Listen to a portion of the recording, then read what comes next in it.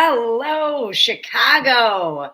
You are watching Chicago Corner. I'm Kira, your host for this Tuesday night edition of Chicago Corner.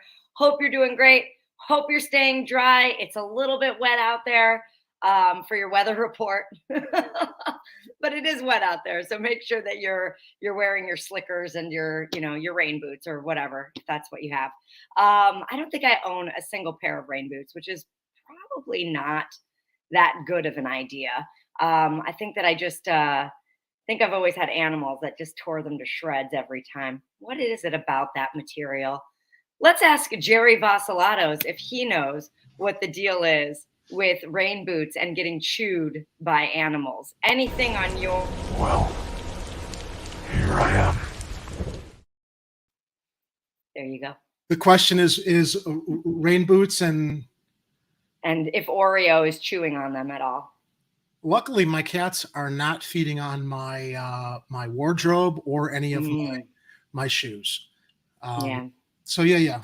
But you're having. I'm having issues. I'm having issues right now with that. So you're going to have to just, I guess, quarantine stuff into a closet. I'll have to be the human about it, right? And Exactly. Put my stuff away. How you doing tonight, Jerry? I'm good. Someone on the Herdlands Media Show tonight in the live chat said that I was based, and I never knew what that meant. And I went to Google and saw that I guess that phrase is used for people who look like they're on crack or, I guess like really, really frenetic. But I guess now the phrase has been co-opted to mean people who don't worry about what other people think about their opinions, and I can own that. So is that what that means? I've been called based before, but I just made up what it meant. It's a good thing. I was concerned up that it meant that I was like, I had like some credibility. That's what I thought Yeah. about. I was like, yeah, I am fucking based. I mean, I could care less if people told me it was bad or not, but I was curious because I'd heard the phrase but never really known what it meant. So I think it's wonderful we're both in the based club. Well, Arturo says no, they said didn't. Baked. No, that would be if I was on the show, but Baked, I was not on based. the Hardline show, so you could not have said that anybody was baked, I'm guessing. And Warren Baked set the for record straight. real. Yeah, he set the record straight. Yeah, I'm getting caught up on. So my nephew and his girlfriend have moved into our home, and so I'm learning they're 19 and 20 years old, and I'm learning all kinds of new things. I used the term joshing the other night, and my nephew about like fell back. He's like, nobody's used that in years. Well, you should tell your nephew, then start using it. I was like, well, I just started using it. So. Yeah, just because no one's using it now doesn't mean that you shouldn't renew use of it. So, well, watch out, Chicago, because eventually I'm going to have all the new hot lingo, and you won't even be able to keep up with me. Even though I will point out that Extra Bulla said, Slickers, is this the 50s?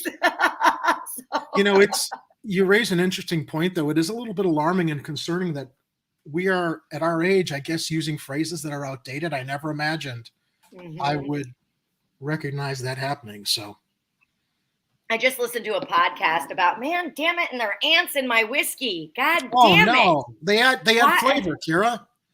I mean, I guess that's good taste. Now I always have to fish ants out of my whiskey. God, my house is falling apart, everybody. Is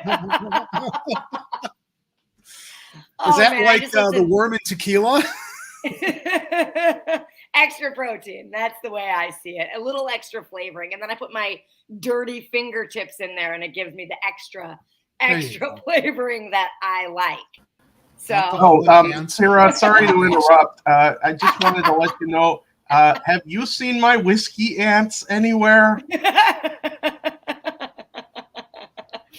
The whiskey ants are right here. I thought that I had, oh man, that's okay. That's okay. The show will go on, everybody. Hello, Ed. Welcome. Hey, yeah, it's just the regular whiskey ants, you know?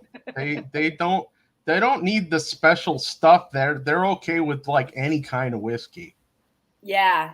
Well, and this drink, because I ran out of bourbon, I had to switch over to scotch. Adds texture as it goes down. So yeah, so now it's a little mix between bourbon and scotch and ants. Yeah. So Well, that's what I'm drinking tonight. Yeah, I lost my whiskey ants. So Warren, if you see them, and also if you see any of the Cabello clones, please let us know. Warren was there. No. What is the charge? Eating a meal? A succulent Chinese meal? Yeah, Uncle Warren, he was on Extra Bullet. He was at the New York Comic-Con this past week. Saw that. I was jealous. Posted videos. That was great. They had all the people who were dressed up as the different Spider-Men pointing at each other like that meme. That's funny. Yeah. That's awesome. And also it's a special Tuesday, Kira, because it's National Sausage Pizza Day. That is a good-looking pizza, my friend. Yes, I just made that. Perfect that I made that this evening. I used store-bought dough, but it had been sitting in my fridge for a couple of days, so that I think I just grandfathered in that dough as homemade because I homemade it a lot more fermented in my fridge. There you go. And is there a big difference for you from store-bought pizza crust to the homemade? Well, I guess it just depends on how much time you got. If you're at home, it takes a while to make pizza dough because, you got to let it rise. And then if you want to get extra flavor, you let it hang out in your fridge for a day or 7. And then, the dough, let it hang out, and then you cook the pizza after it's hanging out in your fridge. You just the dough. And then you got to get that dough up to temperature and you roll it out or stretch it and then top it and throw it in the oven. So you have to plan to eat pizza days in advance if you're doing it at home. What are you talking about, Kira? He eats it every day. Well, I mean, you could make pizza dough the same day. Pizza Talk with Edward Heller on the Chicago Corner. I know we didn't plan to do Pizza Talk on a Tuesday, but since it is National Sausage Pizza Day, we're paying homage. I figure we could take a minute. But no more than a minute because we got lots to talk about, right, Kira? We have a good amount to talk about, and I'm actually really excited about some of the topics today, mostly related to politicians, elections, junk like that. Nobody's surprised by that commentary, and it actually didn't create any specificity about anything. But we are talking about booting today. Talking a lot about lobbying today. We're talking about the elections. Elections are in 4 weeks, you guys. 4 weeks is election day. Can you believe it? So, yeah, right. Well, and then all of this great stuff that our city council and Mayor Lightfoot are doing, that's all going to get taken away. Well, no, that's not these elections. Those are going to be the municipal elections. So we still have a lot of that to deal with. I can't conflate elections. There's too many.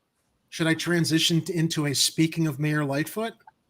Yes. So I did want to open the show, Jerry, with you telling us about your weekend adventure and what you discovered, who you talked to, and what you heard.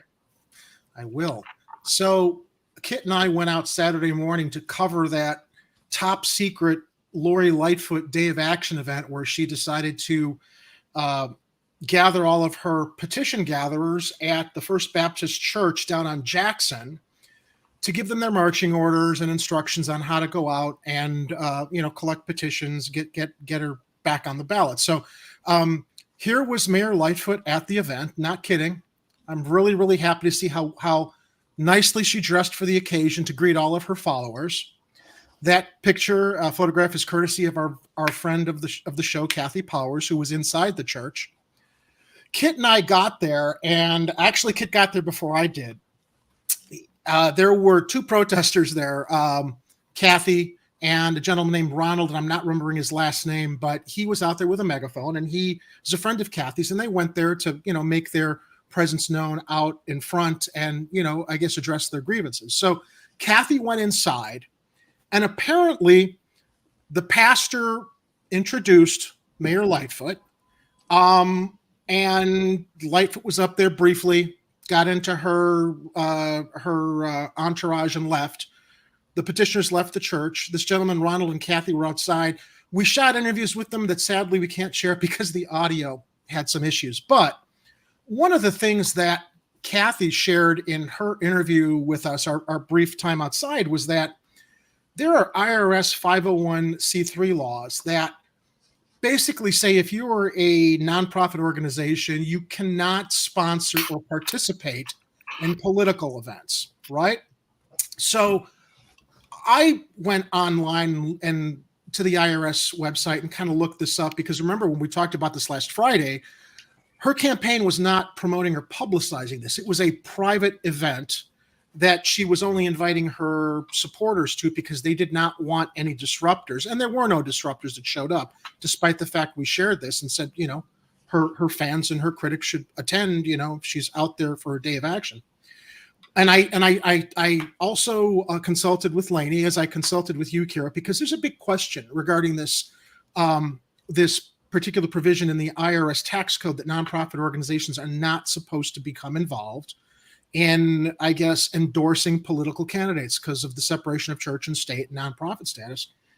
Now, this has happened a lot. And my speculation is the reason that the regular press was not invited to this thing is because they might wonder about that. Because when you have a pastor getting up in front of the people that are there to go out and collect your petitions, and the mayor is there rallying all the troops, it does kind of speak to the fact that there is that provision in the tax code. Now, by Lainey's opinion, and Lainey's much smarter than I am, as well as Kathy, I talked with Kathy on the phone about this, there is a conflict here.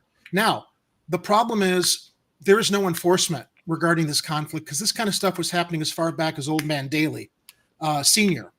He would regularly gather his, political followers, his supporters to churches. The thing that strikes me about this, though, is that Lightfoot and her campaign should know that if someone were to look into this, there could be questions about a conflict of interest. Apparently doesn't matter to her. The optics don't look good. The optics don't look good in that, I guess that's why, unlike a lot of other candidates who run for mayor who promote their petition campaigns, this was a private event at this church. And I guess, to me, what's odious about it, as far as Lightfoot is concerned, there are a lot of good people in that community, a lot of God-fearing, church-going people. Whether I, have my thoughts on faith and religion is a separate thing, but these are good people who give people the benefit of the doubt. What she was doing, I feel, in deciding to use that church as her base of operations to send out her petition collectors, was basically pander to good-natured people who believe the bullshit that she peddles all the time. She's abandoned these communities. She's abandoned that neighborhood. She was there. Look how she's dressed. I mean, a lot of respect. I mean, I don't want to be so superficial about it, but seriously, okay? There's Kathy. The pastor said how much Lori has done for the South and West Sides. What has she done? Now, one of the other people that were there, Ronald, who was outside with Kathy, he was there on a bullhorn, and some people surrounded him and were, I guess, asking him to either move somewhere else. That's what Kit witnessed before I got there. And I asked that gentleman, Ronald, if they were preventing him from speaking his voice, and he said no. But interestingly enough, when we were shooting the interview with Ronald, those gentlemen were nearby, and they were asking Ronald, is he okay? Was he having any problems? As if we were harassing him by interviewing him. And Ronald said, no, I'm fine. And when I looked over to them and I said, well, Kit, get them, and Kit put the camera on them, they quickly dispersed. So I do think that this was a controlled and managed event, and how Lightfoot didn't want the more mainstream press there to see that she was using a church as a base of operations to get petitions collected, which apparently is a conflict, although it's never enforced, because, our politicians are above the law and they can do this and they get away with it. And, because they are who they are, nothing is really enforced. So Ed, I know that you shared some thoughts on this too. And just, for people who can't wrap their head around a 501c3, basically it's a nonprofit organization. Maybe you've heard of those. Churches are supposed to be nonprofit organizations, which is why they have a tax exempt status. Now, if they do things like politics, if they participate in politics, then they are supposed to lose that status. That's what Jerry's getting at. If you're having trouble. And the gentleman we spoke with really quickly, his name was Ronald Jackson. Sorry, I forgot his last name, but that was the other gentleman I mentioned that was there with Kathy, who wanted to speak with us, and he shared a lot about his criticisms of Mayor Lightfoot, as did Kathy, who brought that 501(c) issue to Kit and my attention, that we came and looked into it and shared it with everybody, Kira and Ed and Lainey, as we were trying to walk away from this saying, look, there weren't a lot of critics that showed up. And frankly, I don't think any of her petition gatherers wanted to talk to us, given how they saw us interviewing Ronald and, seemed to be concerned that he was a voice of criticism. But I guess the point is, when we came away from this, it's just like the whole optics of doing this privately and not promoting it may have something to do with the fact that they didn't want, I guess, more attention on this matter. Yeah, that was the other point that I think I had already made on Friday when we discovered this, was that maybe she's having trouble getting signatures, and that this is one of those situations where a normal candidate would put out as much news and information on all of their outlets, social media and all that stuff, to let people know to come and help them with their signature drive. She didn't do that. And I can understand how sometimes when you're running a political campaign, you want to be a little wary of agent provocateurs, so to speak, people who might come in and start collecting signatures for you, but you don't know if they're writing in fake ones, throwing a full sheet of fake signatures in there while they're quote unquote helping you collect signatures. So I can understand being wary of that. Yeah. But in her case, she should be able to, as a current mayor, get above and beyond the signatures if she's trying to get reelected, if she actually has good public support, even mediocre public support. Here's the other issue to me, Ed. She didn't need to do this at a church. She could have potentially caused problems for them, put them in peril. She should have done this at a community hall that she rented.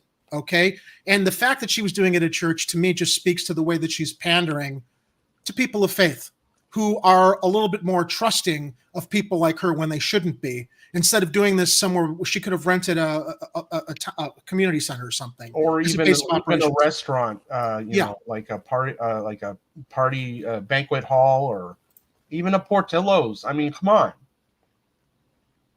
Yeah. So, and I, dressed as Tim Dillon, the very popular internet comedian, calls her, as a true Batman villain. Look at her over here with her gangster hat, surly as ever. I think this is a really embarrassment. As usual, this is a bad gamble by Lightfoot, who's going to a church this was a Saturday morning, right? Yeah. Mm-hmm. Going to a church on Saturday morning, but knowing that she's going to be out there walking around collecting signatures, so she's dressing up in her walking workout clothes. Dude, she didn't stick around to collect signatures. She got into her limousine and left. And by the way, Ronald was sharing with us, it looks like all those... was going to. Well, Ronald shared with us... appearances. Ronald shared with us, because he saw her entourage arrive and leave. She's got a whole new fleet of vehicles with, that don't have like the stickers out of their windows or something, he said. So, there's more money going into her what do they call, not entourage, what are they, caravan, her caravan. Yeah. So all new vehicles in her caravan. They whisked her off. She was there. I don't know, Kathy, I think that she was there maybe all of half hour, maybe 20 minutes before, but she didn't participate in the signature collection. They got her out of there, probably, some other fundraising event, I would imagine. I don't know. Yeah. So I've been to probably dozens of days of action for a variety of different candidates. And I'm trying to think if there have been any candidates that I've gone to a day of action for who wasn't already an incumbent. So all of the days of action that I've been a part of, no, there was one incumbent I went to a day of action for, but all of them, even that one, was publicly posted. You could find an event on Facebook to share with people and invite people. Right. Now, most of the time, it's the people within the organization that are doing it, and they of course open the floodgates to anybody else who wants to come do that and practice their civic duty, right? So I think it is interesting that they made it a secret, but I think to Kathy's point in regard to they didn't want to riot. Sometimes I wonder if because of the popularity of not popularity or the well-knownness of the incumbent, right? And the disliking of the incumbent, I do wonder if they wanted to avoid any distractions, any issues, people coming to kind of fuck with the day of action, basically, which I can respect. I can understand that. I can respect that, but it's Lightfoot. Yeah, my other piece is, when Ed said, maybe the campaign is having some problems, one of the reasons they may not want you talking to people who are volunteering is they might be paid canvassers. Because that's another really big thing is paying canvassers. And it's like, if you start interviewing canvassers who are going and collecting signatures and they're all like, I don't really care, I'm just getting paid $20 an hour to do this, then that really looks bad. Yeah. And then in regards to, but I think a lot of candidates do that, Kira. Yeah. I mean, because really most regular people, they don't have enough time in the day to go out and help get signatures signed for candidates. You're going to have, why is Mayor Lightfoot dressed like Gene Hackman from the French Connection? French Connection. That's awesome. That's an interesting callback, Arthur. That is an interesting callback. See, I think I think that she's more embracing her inner gangster with that fedora. Well, yeah, the fedora. A hat can make all the difference there, Jerry. Yeah. Yeah, and then as far as the 501c3 is concerned, there's a part of me that's just like, that's kind of a shitty move on Lightfoot's part, because the person or the entity that gets in trouble for that is the church itself. Not her. And, I think the way to sidestep it, if I understand correctly, and I could be wrong here, is that the church would have to open itself up to allowing every other candidate, or what Pat says down here, or according to Pat, if they rented the church, that would mean that they're not supporting her. So I guess those are. But the pastor getting up there, but if she rented the church and you got the pastor up there talking about everything she's done, that doesn't align. That doesn't align. Yeah, that's a little hanky. Yeah. But yeah, it's pretty run of the mill for the day, like the launch day of action, to have the candidate there, to even have other candidates there to get people jazzed. So that's pretty normal. But I do think that you guys bring up a really interesting point and an interesting conundrum in regards to the church. And I think it speaks regardless of what the secrecy was about, because I think it has more to do with not wanting like a lot of distractions for like the volunteers or the paid canvassers, whatever they are. I think it was more in the world of that, if I were to speculate. But this is a lot irresponsible unless they are covering their tracks, which I assume that they are. Ed's matching the look. Hold on. No, you look too like esteemed, Ed. Like, I just think that hat is too classy, both of you. Oh, should I switch to the other hat? Both of you are not doing a good job. Hold on. To the other hat. Yeah, well, Jerry, you kind of got it, actually. Yeah. That's pretty good. I do think the hat not being black adds to the sort of like villainy look.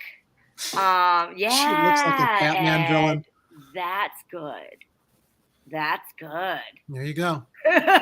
So, yes, I love performance artist Ed Heller at your service, everybody. And how she could have something to watch or look for or ask questions about, like, hey, whatever church this is, I know it was up here at the top.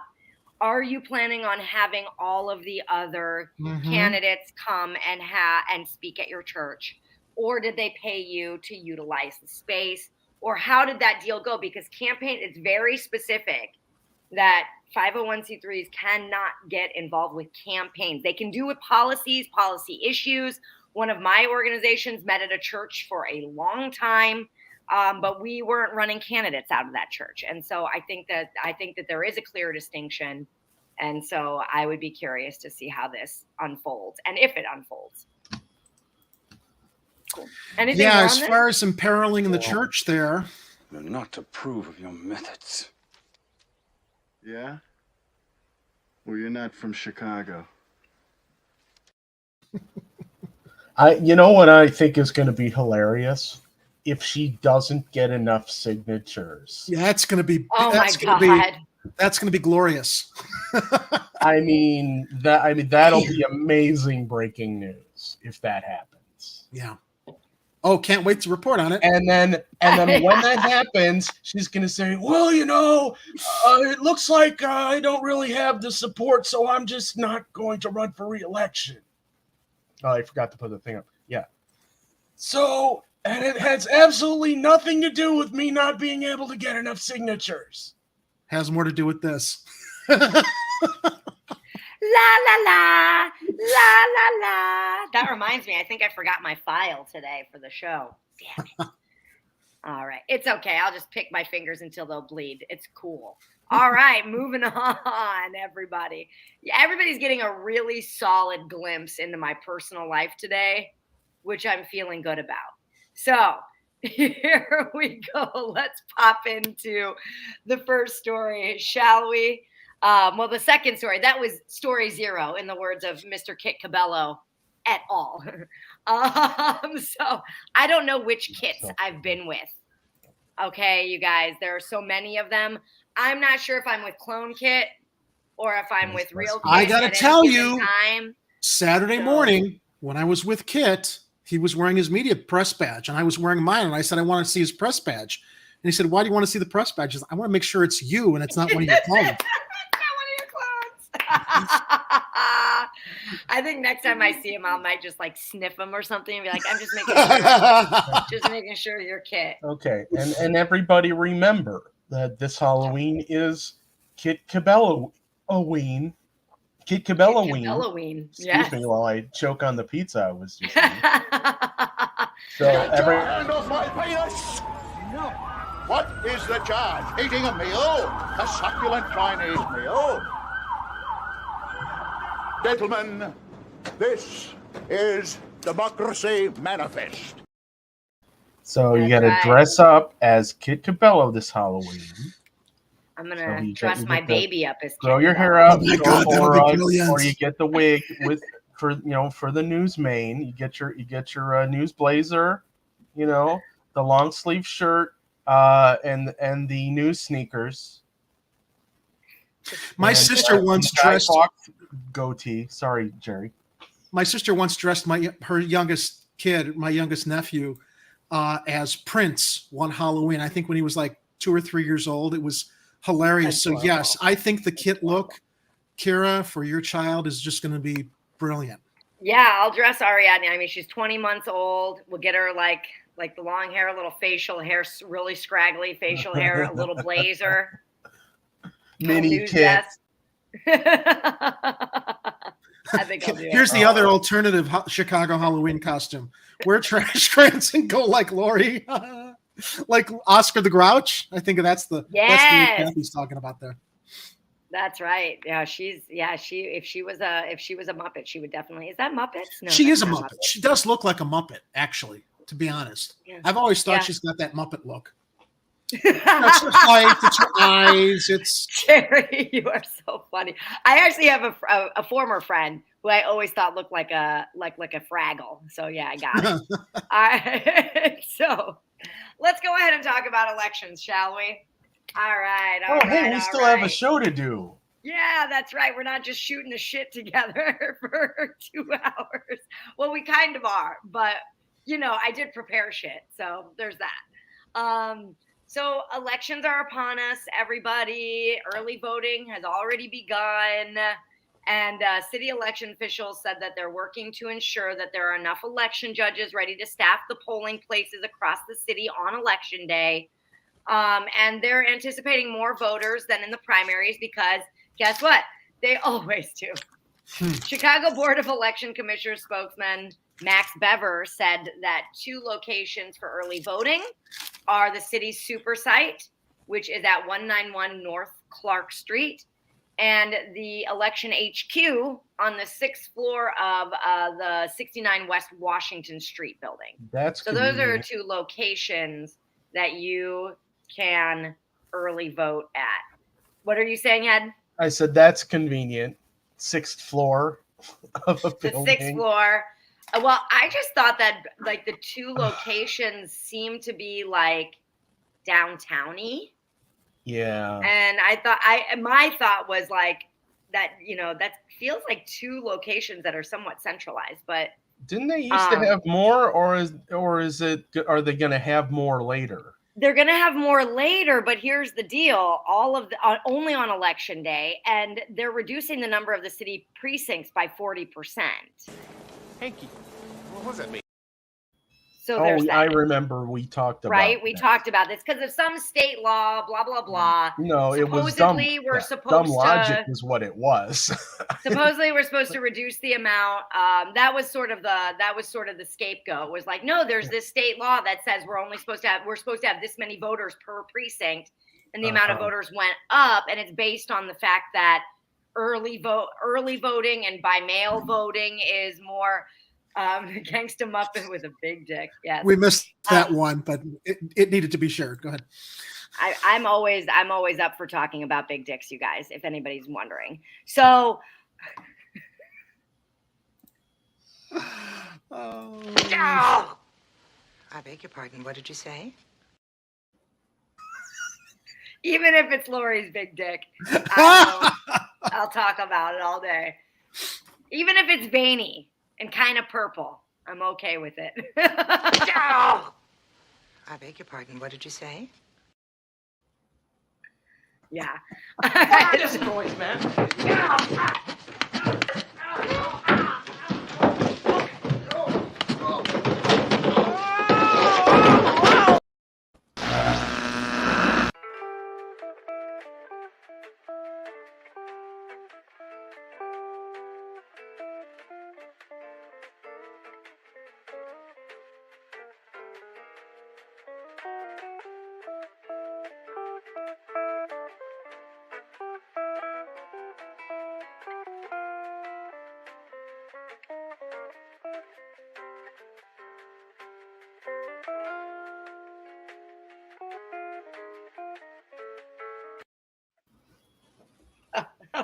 I forgot my hat. So sorry, guys. But I happen to have sunglasses here. Anyway, enough talks about wieners. Let's talk about elections again. So they've reduced the number of polling places by 100.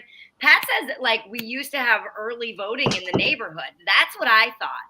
Yeah. I thought that we always had early voting. My recollection, because I've early voted a lot, is that we used to have it in the neighborhood. Extra Bully says, Kira, call me. And yes, I should have a nun's costume. We're off the rails tonight. I often feel like we get a little off the rails. It's okay. What kind of show is this? You son of a bitch. Welcome to the party, pal. That's Hi, right, Warren. you guys got the right night here. Tonight's the night, friends. So anyway, the result is that approximately half of the city's voters will be heading to different polling places than they did in the last election. And I mean in like the very last election. So, and people in those elections were actually sent to different polling places as well. So if you were already sent to a different polling place during the primaries, you're going to want to definitely check which polling place is yours now, because that could have changed as well. I find that they change every election, Kira. It's funny because there's a park nearby me, And I remember I used to go to that park to vote because they've got the big field house. And then I go there the next election and suddenly it moved somewhere else. And then the next time it's almost like they're trying to confuse people. Why not just keep it in the same place? It's not almost. They are trying to confuse people. All right. Well, how about this? There. Only 9% of the polling places are compliant with the Americans with Disability Act. I am not shocked by that. I'm not shocked by it either. 9%, down from 20%, right? So we're doing shitty before, now we're doing way shittier. So, if you have issues with commuting, good luck. Yeah. You got to set up your ride to go somewhere. Yeah, good luck. Yeah, I think, it's hard for people. Although I'm disabled, I'm not speaking for myself because I've got a vehicle and I'm a little bit more mobile. But for people who are dealing with more dire disabilities than I am, they've got to set up their transportation.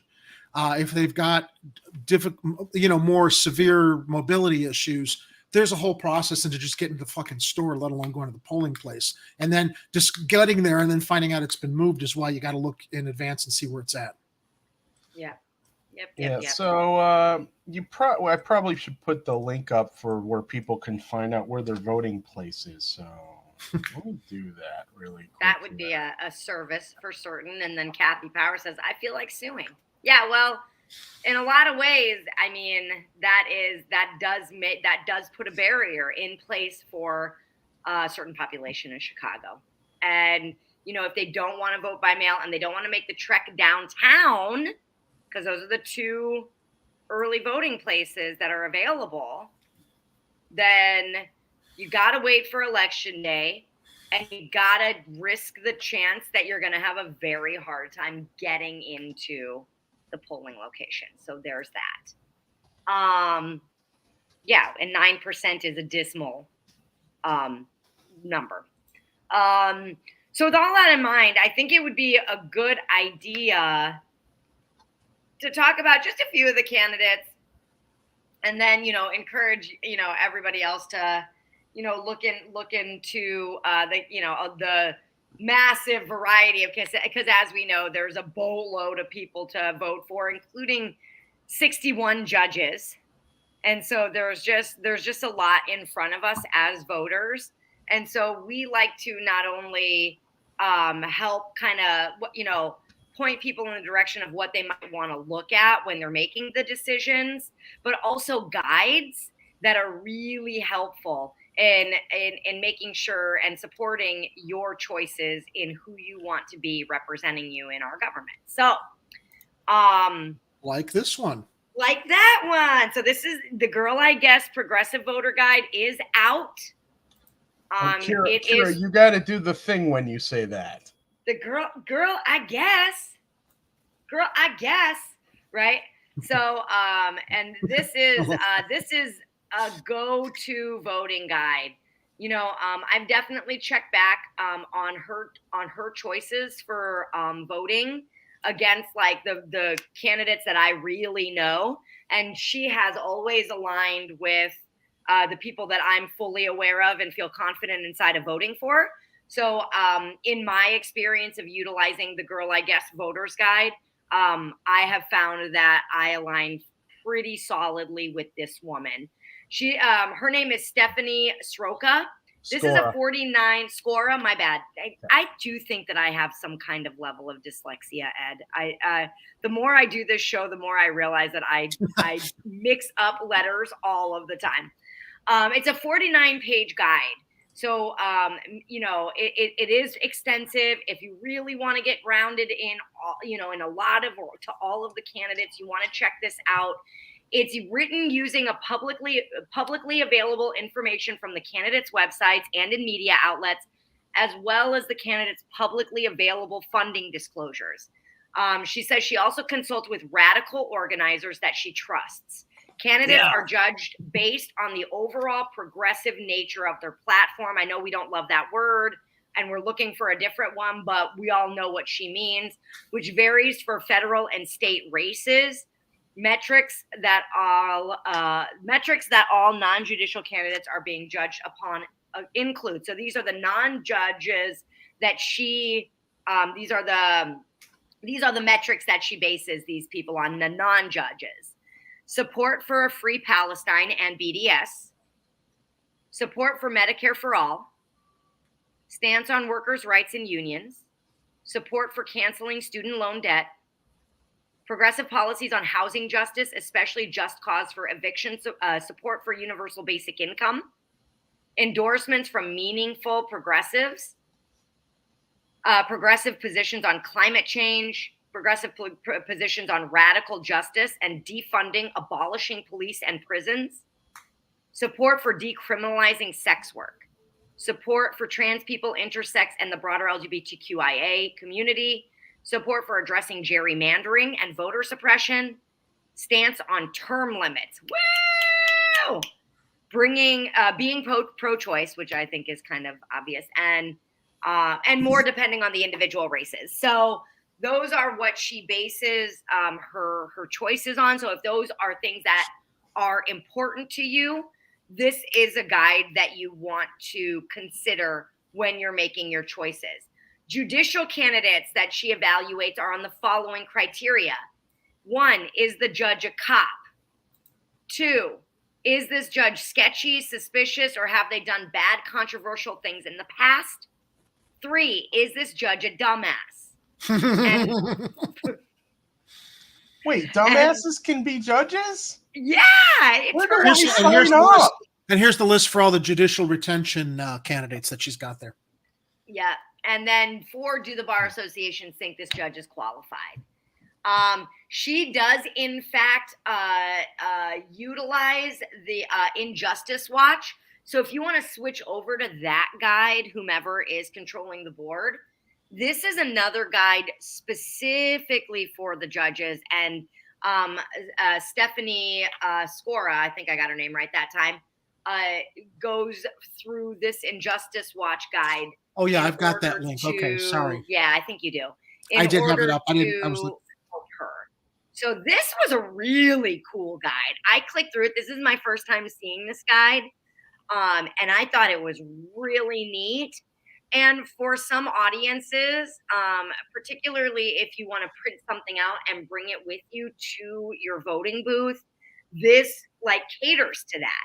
So you can fill in all your choices based on all the information. They do not tell you who to vote for. Like in Girl, I Guess, she says you should vote for these people. This one doesn't do that as much as it just gives you the information that you need in order to make a choice for yourself. So this is a very cool guide as well, and it's interactive. So play around with it. If you are in the world of using voter guides like I am, because I just find I personally would rather do all my learning at home and know what I'm going to the voting booth with. It saves time and it makes me feel at ease and at peace with who I'm voting for. So those are the guides we recommend, and those are in the show notes. And then we're going to talk a little bit about funding elections as well. But before we move on in regards to the guides that we're suggesting, do you guys have anything you want to share?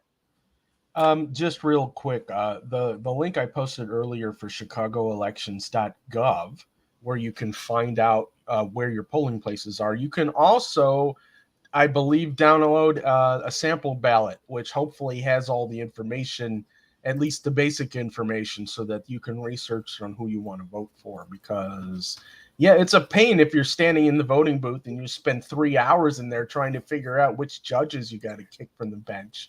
Dude, that's me on my cell phone. Before I discovered these guides. Now I have the hyperlinks on my phone before I go in there, so I can look at it on my phone if I haven't printed them out. Not that she's telling me. I mean, not that I'm. She recommended two really bad candidates last election. Unfortunately, they were the only ones. I think it was for may have been Cook County Treasurer Janulius. She will offer the lesser of two evils. Unfortunately, because she says that in the guide. Girl, I guess. She says that the only ones she really recommends are the ones with the golden girl, I guess, which are 5. Only 5 out of everybody on this sheet here. But this is So- a really great resource for those of us who, go into a voting booth the way that Ed described, and we're just like, wait, I don't know who these. How do I select a judge? Where do I get this information? There's so much work to do ahead of time, and she has helped, as along with Injustice Watch here, help sort through the good and the bad. And as we said in the past, where they were talking about, we've talked in the past about the issue regarding bail reform. And people thinking that, it's a bad thing because it's just going to put criminals on the streets. The judges are the ones who determine who the violent offenders are that they let out. Bail reform is an important thing because there are nonviolent criminals that can't afford bail. Yeah. This is what you want to focus on, is looking at the judge's records to determine the ones that are letting the violent offenders on the streets. That's right. Because you shouldn't punish those that can't afford bail who aren't violent, because you've got idiot judges who aren't doing their jobs right. Yeah. And there are violent offenders that can afford bail. So arguably the bail system cares less about how dangerous you are for society and cares more about getting their money. That's right. So and I know my strategy for the judges used to be, and sometimes if I'm in a hurry, is still vote all of them out unless you know a specific judge that you think should stay. Yeah. That's my husband's strategy, is he votes no for all the judges, because if they're real shit, it takes a good amount. I think it's 60% to not make it into that seat again. Well, I'm going to say this. I hope otherwise they stay in there by default, pretty much. That's right.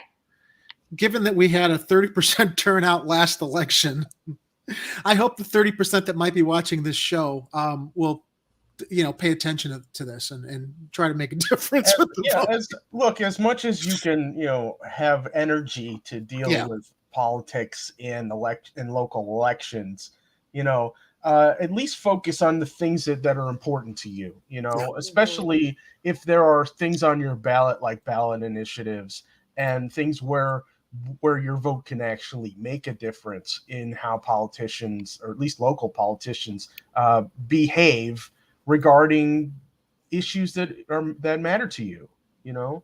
Find the candidates that represent your values, even if they're not Democrat or Republican. I mean, that's how I always vote. That's why when she recommended Janulius, and I forgot who the other one was last election for treasurer, there was a third party candidate. I didn't know a whole lot about him, but I'm like, fuck it, I'm not voting for Janulius or this other woman who I'm forgetting her name, but I voted for the third party guy I knew nothing about. But it's just like, I'm not going to, because I don't agree with the values of these other two people. I don't want to feel like I'm holding my nose and forced to vote for one or the other. And I know, it's too late this election, but if you are going to be running locally, consider listing yourself independent on the Volcano Party ticket.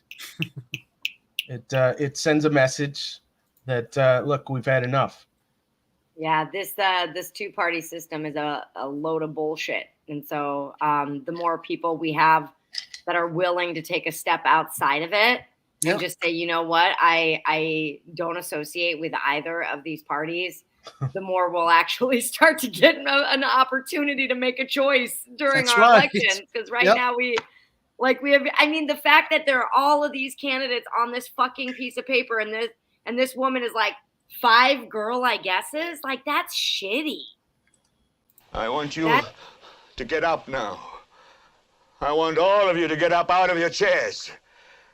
I want you to get up right now and go to the window, open it, and stick your head out and yell, I'm as mad as hell, and I'm not going to take this anymore. That's right.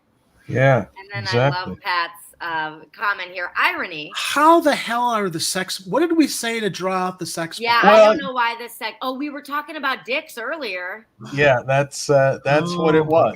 They were just late to the party. Yeah. Isn't it amazing how the algorithms? Yeah, don't say it again. How these algorithms draw them out. Parties with sex is orgy.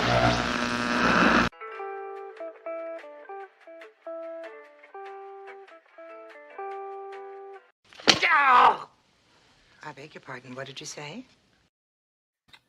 It's interesting how the algorithms allow them to infiltrate our broadcasts while they regularly censor things and strike us for things that don't violate any rules. I know. You know, Jerry, you know, they have some rigid community standards, and you know, porn bots are part of the community. Have you noticed in your Facebook feeds, not to go out just really quickly, I am seeing sex ads on Facebook, and it blows me away because it's no, that's what she said. Because it's like, you think with all of the algorithms that they have to censor and shut other people down who really aren't violating any of their quote unquote community standards, this stuff gets through all the time. And is it sex toys? No, literally, Kira, I am seeing like people engaged in sexual acts like you're on Pornhub. No, I'm not kidding you. I've taken some screen grabs. I'll share with you. I can't share here, but I'm shocked because I'm just like, Facebook is supposed to have safeguards in place. They will post like, so I'm subscribed to Second City Television, their group on Facebook. Okay, SCTV, great old comedy show from the past. I don't know. I don't think the person who created that group is circulating that stuff, but they routinely pop up there. So I think maybe their group is hacked. But the fact that they're even up there for any amount of time to show up in my Facebook stream blows me away, when in an instant, you know, we were talking about the Highland Park, you know, months ago, and they struck our broadcast from Facebook. We were talking about a news story. Their algorithms knocked us out for reporting a legitimate news story, but they're not catching that kind of stuff. Wow. Well, Miguel, we got to use every social media platform we have to get the word out, because right now we got 8 people watching, and you know, we got to try to figure out how to draw. We got to build that audience. We got to build that audience. And also, Miguel, I'm a middle-aged fucking mom in the suburbs. I use fucking Facebook. Let's all get over it. Okay. Yeah. We use all of them though. I mean, we check out. I mean, I've got Instagram, I've got Twitter, I've got Facebook. Yeah. Facebook, I'm only on because they force you to do a personal page if you have a business page. Instagram, I only have my business. Well, I'm on LinkedIn also, other social media, which I rarely use because I've got such a big mouth on Facebook. But you know, the whole point of Facebook is, look, at one time it was valuable because you could reconnect with your friends from high school, college, everybody spread out all over the place. That I saw was the value of Facebook. I lost touch with a lot of people that I reconnected with. But now it's become the arbiter of social media as far as like driving political discussions, you know, addressing, you know, culture wars, societal, this, that. That wasn't what it was meant for, but now it's extremely difficult to talk any kind of politics or any kind of anything about social change, anti-war stuff. It's really, it's, you know, it's boiled down to now is just keeping in touch with friends and family and posting, you know, food porn and family get-together photos. So, I mean, I guess that part is okay. Yeah. You know, but because we know there are a lot of people there, we also do live stream the show there as we do on Twitter for those that don't find us on YouTube. And did you guys notice I was able to share our Rokfin links on Twitter tonight to hopefully try to housebreak our viewers to go, oh, I'll have to open up Rokfin and see if we got any super chats there. But anyway. Yeah, let's do that. We do not. We don't. All right. Well, thanks for checking, Ed. Damn. All right. Well, we need to talk about dicks more, probably, is what it is. All right.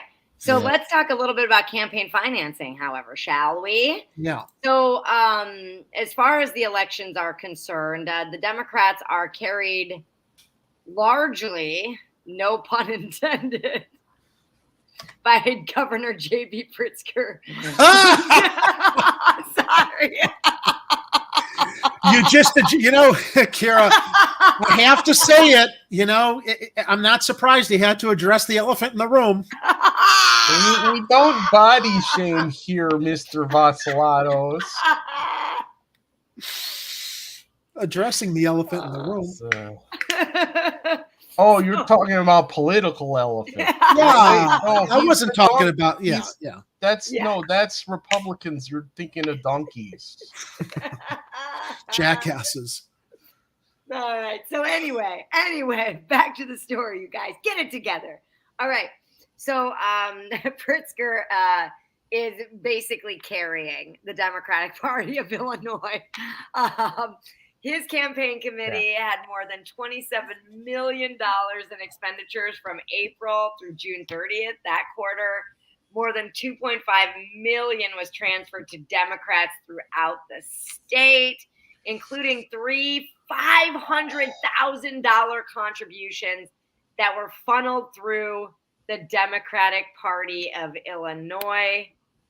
So I actually have something I'd like to share here. So I'm gonna bring that up and share with you. So I just went to because Open Secrets doesn't really share with like present day campaign funding, like up to date.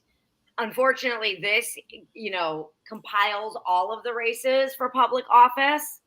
But this is for J.B. Pritzker. But if you look here, this is pretty incredible because we're going to be looking at a few of these tonight here. But if you look at all of the like the spending and the contributions, not the lobbying, the contributions, you see like candidate contributions here, right?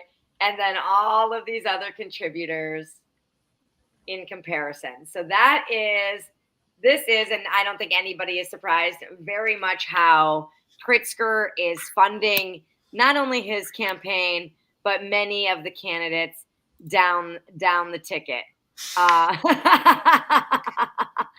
Undressing elephants. What the fuck kind of show is this?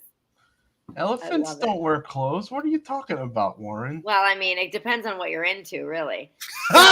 This.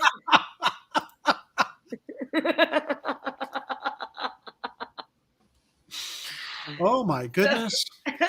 My goodness gracious me. I know. I'm making everybody blush tonight. So this is a prime example of how our system is a pay-to-play system, which we all already know. It's just the perfect example of it. And there's no cap to personal expenditures to a campaign. And what else is really interesting that I just learned today, that if in Illinois, if a campaign is self-funded to the tune of $250,000 or more, their opponent is exempted from campaign contribution limits as well.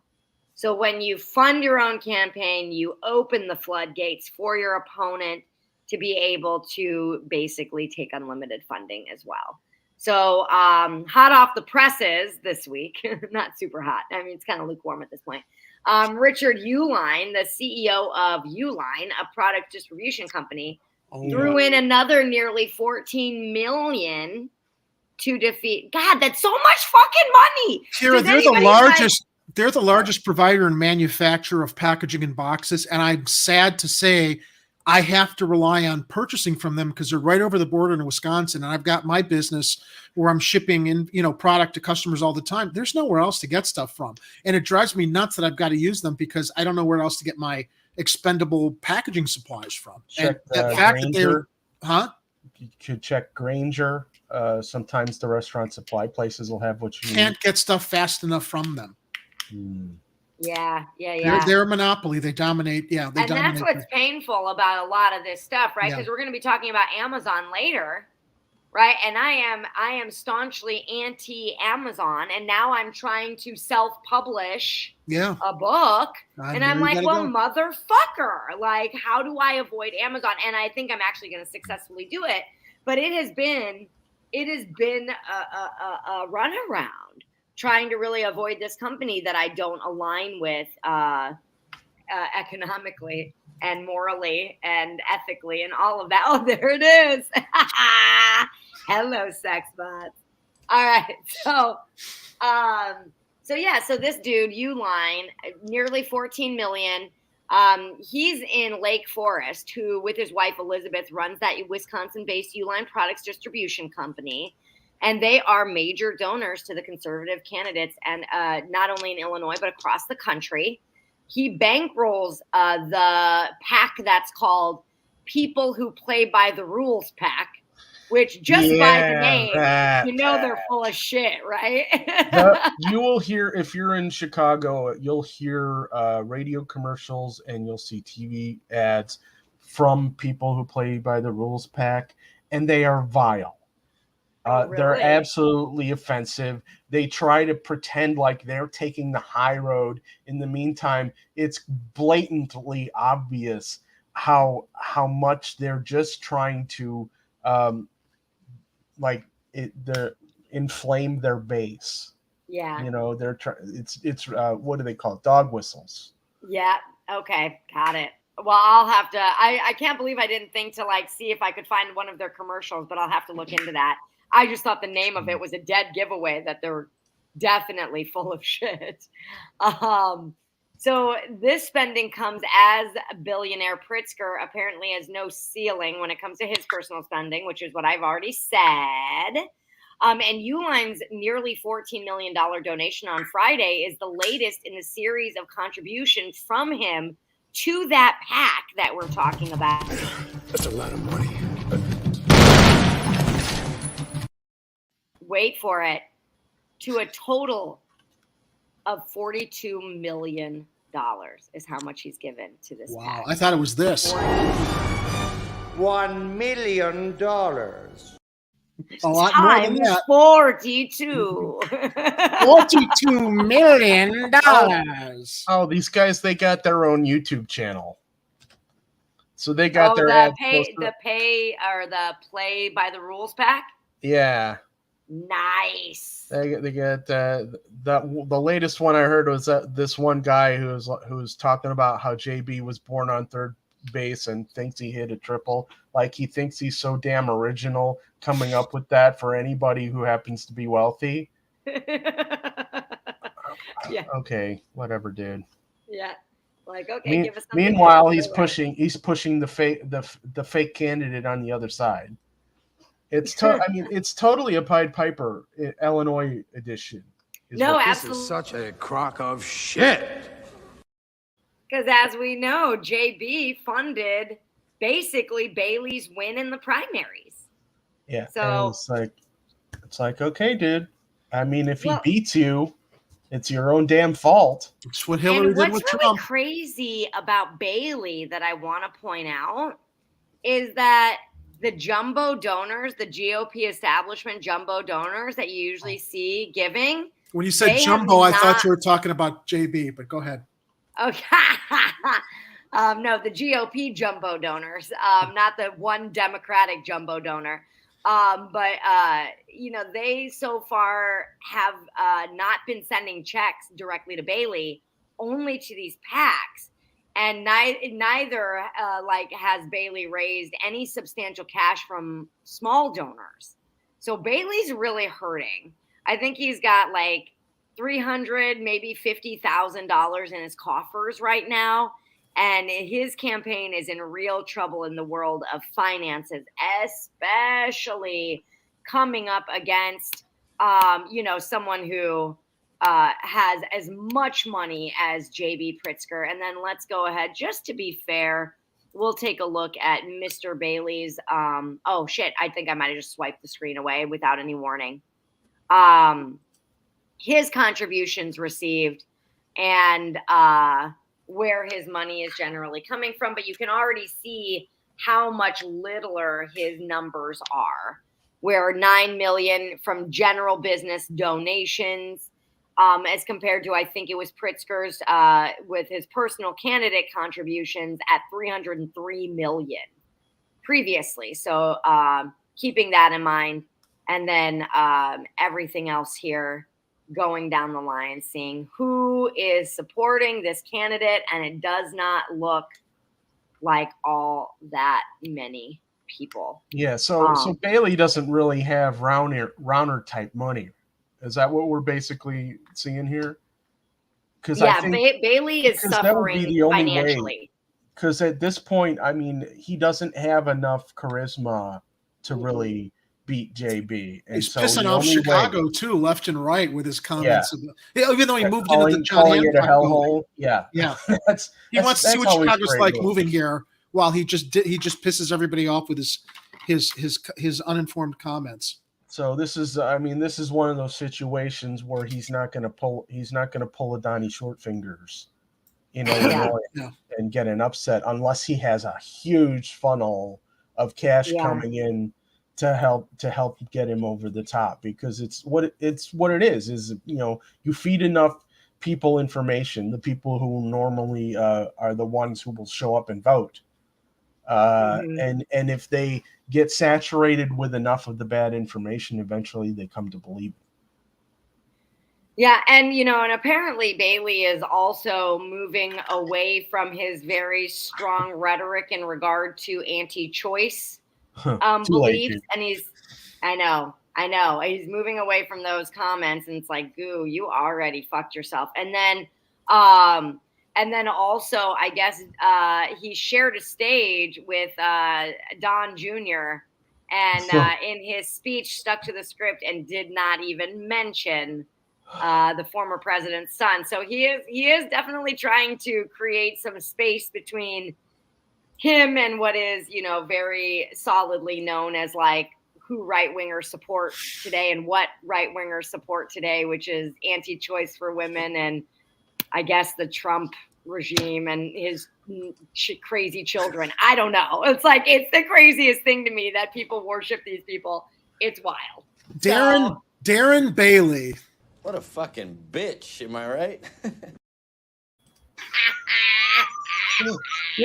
I think, Jerry, that's the first time I wasn't uncomfortable hearing that clip.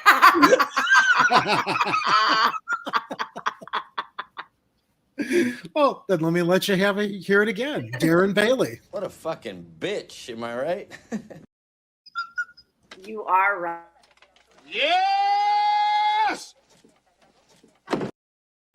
Oh, Gregory Hines, rest in peace. Love that movie. Yeah, and then Fear and DB says the independent expenditure money is doing all the heavy lifting. Yep. And Bailey's campaign itself has been on life support since the primaries. Yeah. Awesome. So, and that is going to be an interesting one to see. Like, it would be funny if he won. Like a tumble and burn, right? I mean, from a nihilistic standpoint, it would be funny if he won. Nihilistic standpoint, yeah, for about 10 minutes. Yeah, let's not manifest that. Right, okay. The nihilist in me. I love it though. The anarchist, the radical. I'm here for it. Honestly, I truly am. Okay, so I had a little bit more on campaign finance, but there is a very extensive article in our show notes on some of the different industries that are giving to all kinds of different candidates, including my very own Don Harmon, who I will be voting not for. Well, we'll see who he's up against. I haven't even looked at the contender, if I'm being honest. So I'm guessing there's not anything to vote for in that regard. So we'll see how it all goes, and we'll keep an eye on these elections, obviously, because they are upon us. Cool. Ed, anything happening over on Rokfin? Oh, hey, let's see. Oh, there's some people in there. Hey, look at that. Holla! Yeah. Uncle Warren's in there too. He's double chatting today. Oh, Miguel jumped over there. He says hi. I don't see any monetary donations at this point. All right. But the night is young. And you're so beautiful. And yes, and the real important thing from Miguel H, he says, at least it's safe from the sex bots. That's right. That's a good point. Okay. No sex bots in the Rokfin room or the champagne room. All right. So let's talk about let's talk a little bit more about the influence of money in politics. Boom. And we'll talk about booting, everybody.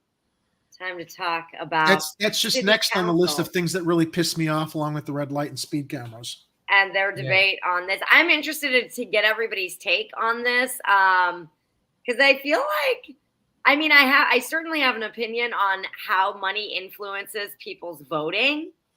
And I'm also not totally sure on what my stance is in the world of booting versus towing. So let's get into it. Do you want me to run the video?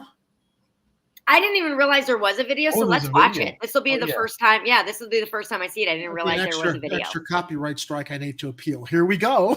Even though it's newsworthy. Fair use. Buckle up. Buckle up. Car phrases. Oh, I love the puns tonight. puns. We're so punny.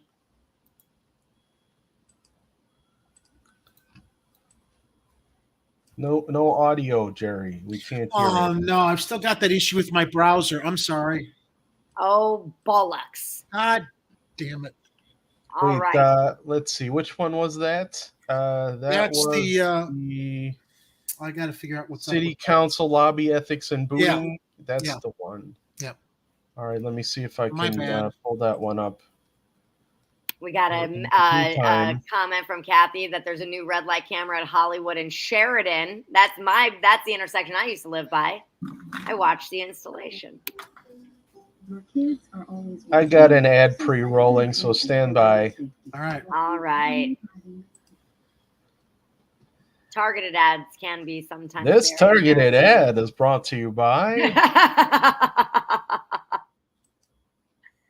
Somebody's idea of a good time walking out to your car to find it's been booted. In 35 wards around Chicago, business owners are allowed to hire a private booting company to patrol their lots and punish those who park illegally. Now there's a measure that would allow the practice citywide, and its backers are following a familiar playbook. WTTW News reporters Nick Blumberg and Heather Sharon have been looking into this story, and they join us now. Heather, starting with you. So, as you mentioned, it's legal in 35 wards for you park legally to come out and find a boot on your car, and it will cost you $170 to get it up. Now, the number of wards where that practice is legal has risen since 2017 when it was just 25. Okay, let me stop you right there. That is unconscionable. Booting a car when it's your only mode of transportation to get back and forth to work, it's extremely punitive, and it basically hitting the poor and the working class. Wouldn't you say that towing is the same thing, though? They're both the same. They're both the same thing. So towing is allowed citywide, though, Yeah. and booting is like the older people decide if they're ward boots or not. So what's the difference? Well, the difference I can, at least at surface level, the difference is that you can pay the towing company and get your car back. If you have your car booted, you got to wait until somebody unboots your car. Unless have you ever been booted? Unless you go on, no, I have not. I've never been booted either, so I have no idea how long it takes. But it's the only other way is to go on the internet and find out the sneaky ways to get a boot off of your car, and everybody can figure out how to do that on their own. Oh, well, I didn't know that. I've I've just been towed God knows how many fucking times, and going to Lower Wacker and getting my car out and paying the whatever $100, $200 some odd it is. I don't know. Like, I don't want either of them to happen to anybody. Well, and if I had to choose one or the other, I'd almost prefer the boot. And Kathy Powers brings up a good point. She says, if somebody parked in front of my driveway, I don't want booting, I want to take it away. That was going to be one of my other things is like, why would a business owner want to boot somebody who's illegally parked in their spaces? Yeah. And that also makes no sense. And what often happens is they'll boot you on a public street where it'll just rack up tickets for the city. So it's, while you're waiting or to get your car unbooted, or maybe you aren't able to afford to get your car unbooted, it's going to still rack up tickets after tickets after tickets for anybody. Oh, yeah, that's right. That's right. So if your car stays on the street and it's getting ticketed and it's booted, then you still continue to rack. Okay, you're starting to sway me on this because I was just kind of like, and then I also lived in D.C., and in D.C. they do something called courtesy towing, where they just tow your car. They put it somewhere else. What a courtesy. Right? Yeah, just somewhere else. You have to walk around and look for it.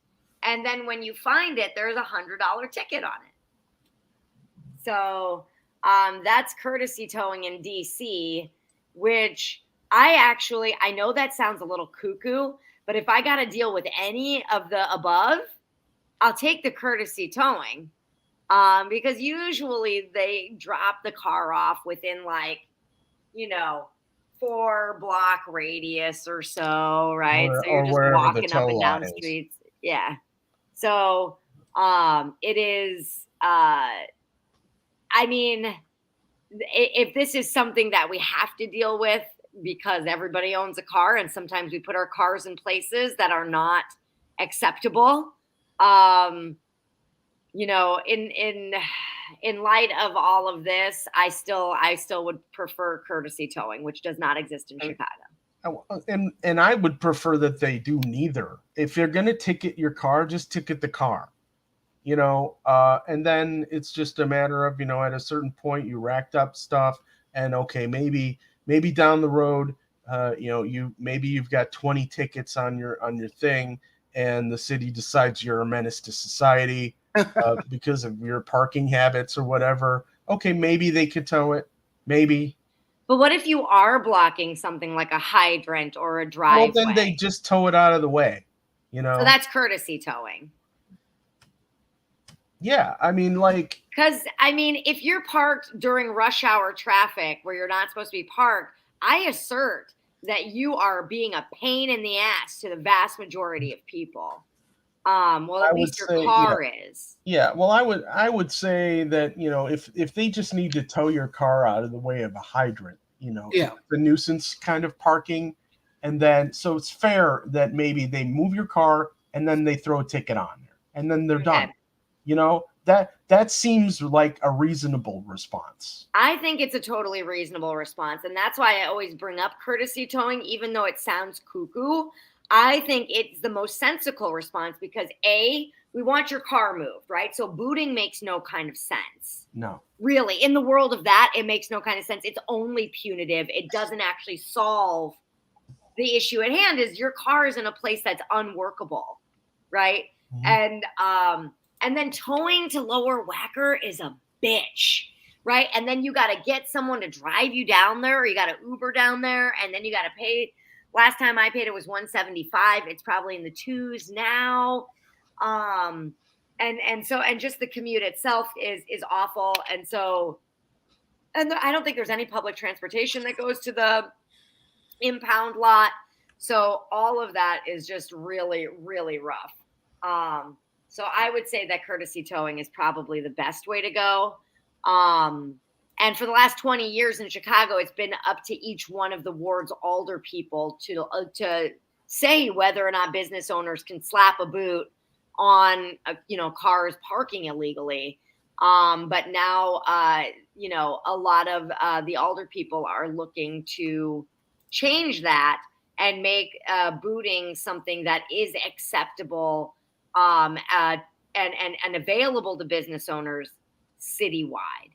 And it is, LaSpada says that, he thinks it's a really steep fine, $170 for making a very simple mistake, which I would tend to agree with. And I want to get a little bit into the lobbying piece of all of this and how that has influenced the alder people. But if we want to go back to the video and see what they have to say. Let me try one thing before we go back to the video. You guys hearing it now? Negative. No. All right. Let's use Ed's. I mean, I just thought I was working on my end to figure out what the problem was. If you want to continue, here's Ed's. All right, let's continue with it. Well, now, there has been a concerted pushback by some progressive alder people that says this is unfair and should not be allowed. Now, that prompted its supporters to mobilize in a way very familiar to City Hall observers, following a path blazed with clout and cash. That's right. The firm that does nearly all the private booting in the city brought on a longtime former alderperson to lobby his ex-colleagues and gin up support for citywide legalization. That same firm and connected people and businesses have for years been frequent donors to alderpeople and their political funds. Michael Denegris knows he and his employees aren't exactly popular. Because we're not a company that people love. We're not handing out ice cream. But he says it's not fair to handing out boots when people park illegally in their lots, and that a boot that can be removed on the spot when the driver pays up is far more humane than towing. You leave the no, it isn't. The violator stranded, and someone may have to pick up kids from. Look at this guy. Look at this guy. That's gangster. This has outfit written all Absolutely. over it. Absolutely. In fact, I would say that you know what? Wait a minute. Let me pull it up here. Let's keep him up there. Keep him up there. Let me share what I wanted to share on this end. Oh, come on, man. Come on, man. Come on, man. There we go. There we go. Not too different from my estimation. OMG. I had a feeling you were going to some kind of Lightfoot picture. There we go. You're just missing a hat. Yeah. And a windbreaker sweatshirt. I take my orders from Lori the Hat. And she says if you want a boot on somebody's car, you put a boot on somebody's car. Damn straight. School, or may have to get to a date or something like that. Or we have some old people out in the snow. And he's even got the accent down, the Chicago outfit accent. He totally does. Words. What a greaseball. Total greaseball. All right. The violator stranded, and someone may have to pick up kids from school, or may have to get to a date or something like that. Or we have some old people out in the snow. Oh my God. And Denegris says it isn't fair to a business. He dresses like Saul Goodman too. He's trying to make it sound like booting somebody's car is much preferred rather than having it towed back to a lot. It's like, I mean, I don't know. Like, I kind of like this jerk. I feel like that's my preference, though. If I had to choose between the two, I might be the bad guy here, but I'd rather get a boot than a tow. I mean, what's he doing? Sitting in the car nearby where he just booted, going, "Hey, you want off of that boot? Hey, we see a car over here. I want to get the boot over here." So how does the money work with the booting too? Like, does the business owner pay like a retainer to Mr. Denegris here, and then they make all the money from the booting? Probably. Seems really skeezy, doesn't it? Yeah. Only. I would say that it seems really, really. Hanky. What was it? Operate in certain wards. Why should I have that restriction? Tow companies, you can't turn around to a tow company and say, hey, you can't work in that wood. You can't tow anybody in that wood.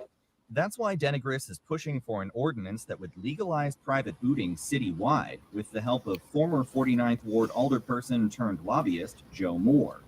It's really tough to get me. Oh, Joe Moore! Yeah, that's what I was going to say. He's the lobbyist, dude. Of course he is. It's amazing. It's in order to amazing. make sure their parking lots are controlled for. Look at this douchebag. There he is. This His favorite ex-alderman, the guy who screwed up her neighborhood. I used to get in it with Joe Moore on Facebook. He's a nasty piece of work. Defeated Moore in 2019. Right? This guy. That's all I have to say about him. This guy. This guy. Well, you know who he reminds me of? He reminds me of that crooked alderman that showed up in The Untouchables that tried to bribe Kevin Costner's Elliot Ness. He walks in. This guy looks like he literally. Okay, I know I'm body shaming. He looks like a rat. He has the face of a rat. I just see him nibbling on some cheese.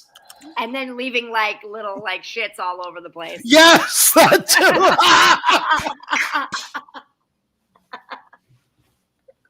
Leaving little rat pellets. The little rat Only droppings, then exactly. Having these pirates go around towing cars away.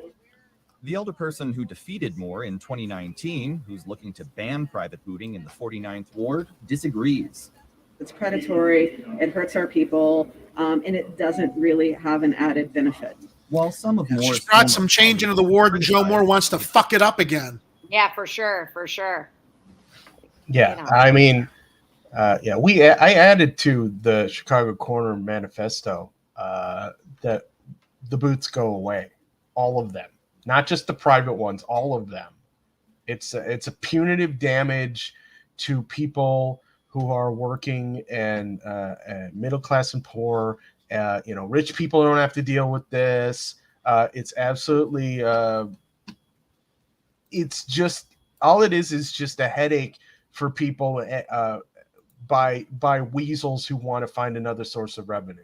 Yeah, that's exactly, it's revenue. And the tow trucks. Yeah, we got to deal with the tow trucks. We got clearly we got to go on like Kira's plan. The courtesy. The tow courtesy truck. is amazing. I mean, It answers to everything. It should be, it should basically be, look, if you're gonna write tickets to people for continuously parking in a bad place, fine, but don't penalize them. Don't make it harder for them to pay those tickets by taking their car away. Yep. It doesn't make sense. Pivot to lobbying after losing a 2019 re-election. Look at this bid, guy. Look at this guy going around fist bumping people. Like he always did. In essence, I've been lobbying my colleagues for 30 years. Joe the Rat. Former colleagues, Alderperson Ariel Reboiris of the 30th In Ward, essence, he has been taking money to make sure that his colleagues vote a after certain Moore way. brought the issue to his attention. He says it's about supporting business owners, not clout. He's representing the business. Doesn't make any difference to me. He's getting paid for his services. I know that. One privilege to which Moore has been entitled, the lifetime access to city council chambers. This is crazy. Alder people. Look at this lifetime access to city chambers. This son of a bitch, this sack of shit, son of a bitch. Yeah, no, he gets to be in the break room with all the alder people. He gets to be in all of these places that lobbyists don't get to be in because he was a former alder person, and now he gets to go through a revolving door, become a lobbyist, come right back and make money off of basically swaying his former colleagues into a direction of whomever is paying him. So that, I think, of this entire ridiculous story, that I think is one of the parts of it that was the most alarming to me and the most inappropriate of everything that I've heard. Actually, we need to add that to the menu. Here he is in the city council break room. Let's see, where do we put this? Fiscal responsibility and accountability, you think? That we can, former, let's see. Fiscal accountability or anything in the world of lobbying, money. Former members of city council cannot lobby city council. There we go. Period. Yeah. So, he's been lobbying on behalf of Innovative Parking Solutions since September 21st, handing out fact sheets in this, in the annex is what they call that break room. Oh my God. Yes. I had the wrong picture up. There he is in the break room. That is, what is that animal? That's a rat without fur. Yikes. Oh, wow. Those teeth are something, eh? Yeah. Anyway, so all right, so yeah. So Reboiris has been long benefiting from contributions from Innovative Parking Solutions and connected businesses. So he's the one that we just saw speak, and he's a big supporter of it. And then Chicago's governmental ethics ordinance limits companies to doing business with the city and lobbyists like Moore to contributing no more than $1,500 to elected officials every year. And Reboiris is one of the recipients of it. I'm trying to see where else. Lopez is also a recipient of. And 8 of the 12 alder people who voted for the measure designed to help Innovative Parking Solutions all took campaign contributions from the firm, from Moore, or both. And that includes Emma Mitz of the 37th Ward, who reported getting nearly $7,000 from the firm. So I'm thinking the money probably is influential, being that there has been an uptick of alder people supporting this kind of action, and also alder people actually pushing to have less power, which I also think is a really interesting choice. Because that's how I read it, right? I mean, don't you guys read it that way? Where it's like, no, we don't want to be able to have that choice in our ward. That seems really weird, doesn't it? Yeah. Yeah. It's hinky. It's hinky. Do we want to watch any more of that video? I'm good on it. I'm ready to move on.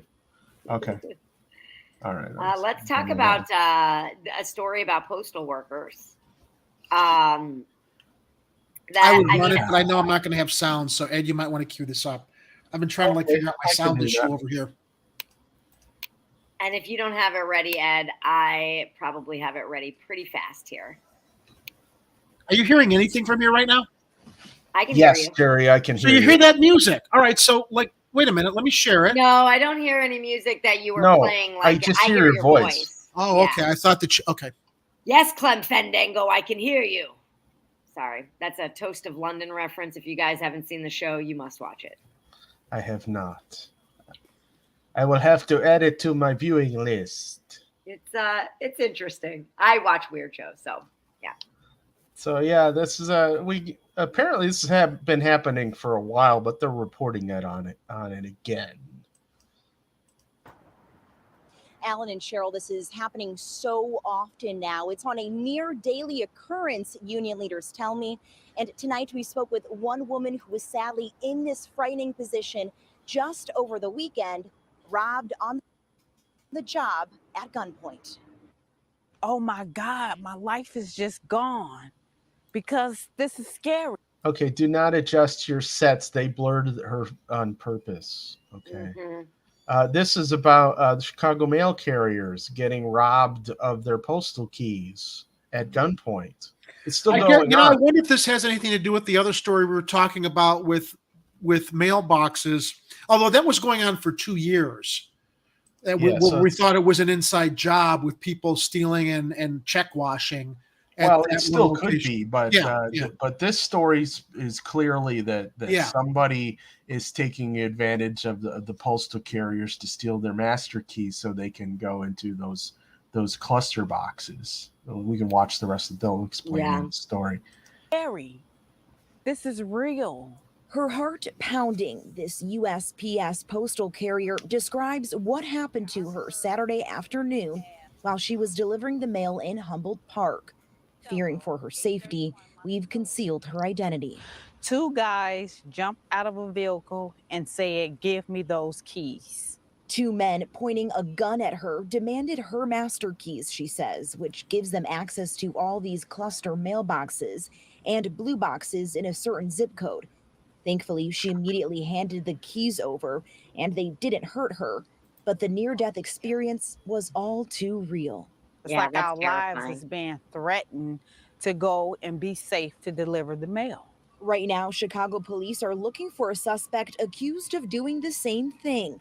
At least 5 times since August, he's approached mail carriers, armed with a gun, and demanded they hand over their set of keys. But union leader Mac Julian says it's been happening more often than that. It's more than just one person. It's becoming widespread. Incidents occurring almost daily all over the city. Almost at least 2 mail carriers were robbed in Evanston late last month.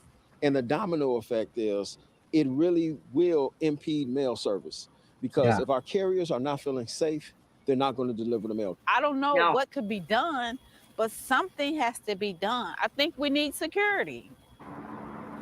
Now, I did reach out to USPS for a response tonight, asking them what they're doing to protect their workers from incidents like these. We have yet to hear back.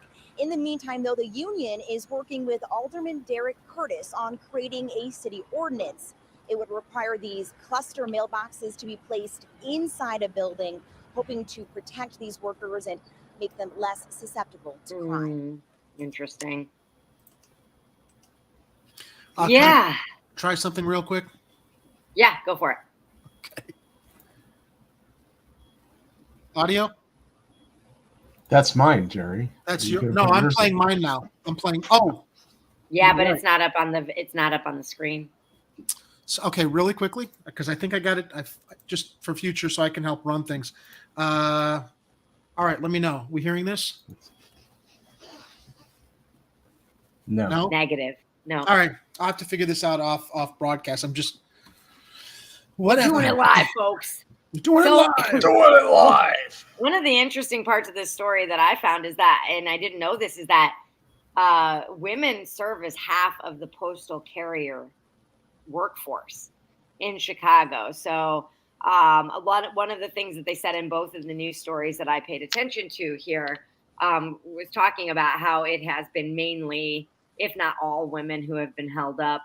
And so largely, whomever is doing this is taking advantage of the fact that they could hold a postal worker by gunpoint and get a slew of keys and then access to checks and credit cards and everything that gets sent in the mail that has all of our identities on it. But also, they can safely threaten, by gunpoint, these female mail carriers because obviously, women are going to be probably less likely to fight back or have any sort of real chance in getting out of that situation. So that's really upsetting.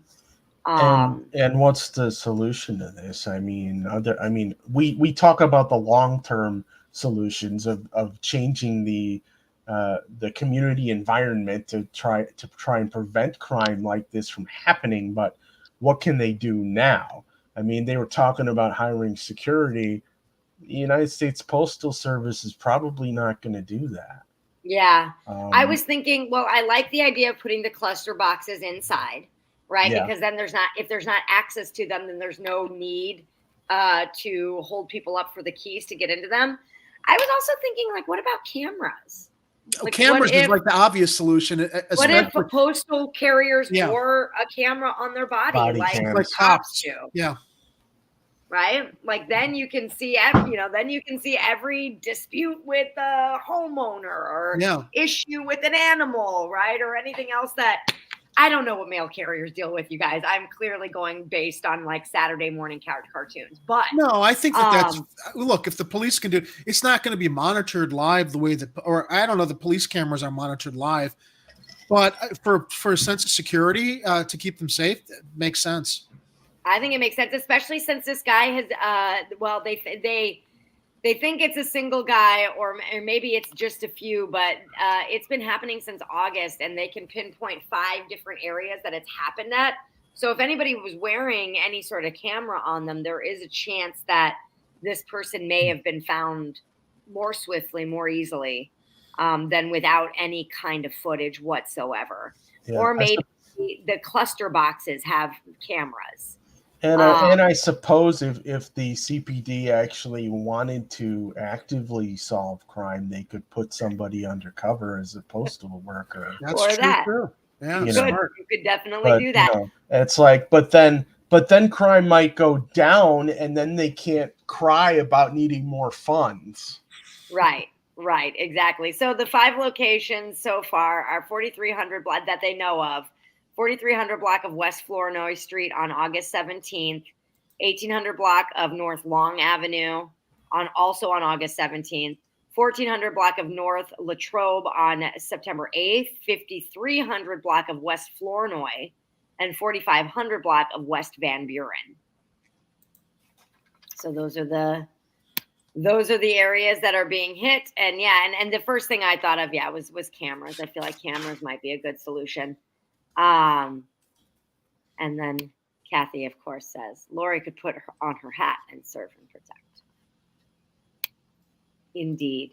There were also a few other really great comments based on our lobbying stories, including Pat's, that no one should be able to donate to politicians. They should get all their campaign money from a government fund funded by taxpayers who elect to give the fund standard amounts on their taxes.